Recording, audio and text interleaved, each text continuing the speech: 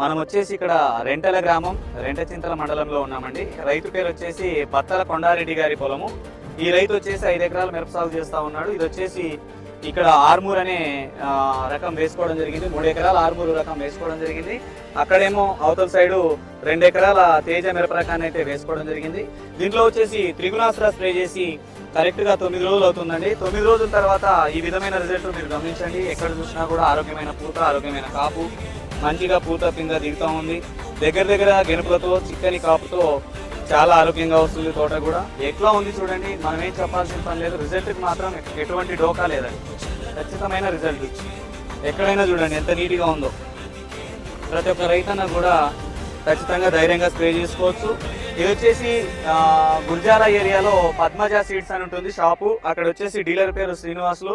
ఆయన దగ్గర అయితే ఈ త్రిగుణాశ్రయ కానీ భూమిత్ర ఆర్గానిక్స్ వాళ్ళది మెటాఎక్స్ కూడా ప్రోడక్ట్ అయితే దొరుకుతుందండి. ఇక్కడ నెక్స్ట్ తేజ వెరైటీలో ఎట్లా ఉందనేది చూద్దాం ఒకసారి. ఇది వచ్చేసి తేజ అండి.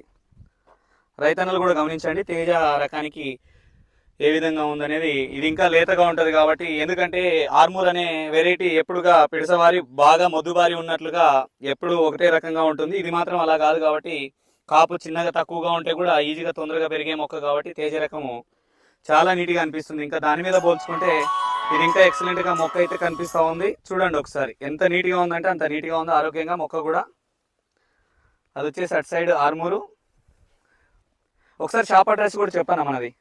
గురజాల పద్మజ సీడ్స్ అండి షాప్ పేరు. ఓకే. షాపు బస్ స్టాండ్ పక్కనే ఉంటది, కోట ఆపోజిట్ లో ఉంటది. ఓకే కోట ఆపోజిట్ లో ఉంటుంది. చాలా నీట్గా అయింది చూడండి. 9 రోజులు అయిందంట స్ప్రే చేసి కూడా. రైతు కూడా ఆరోగ్యంగా ఉంది మొత్తానికైతే. ఇది తోట పరిస్థితి కూడా.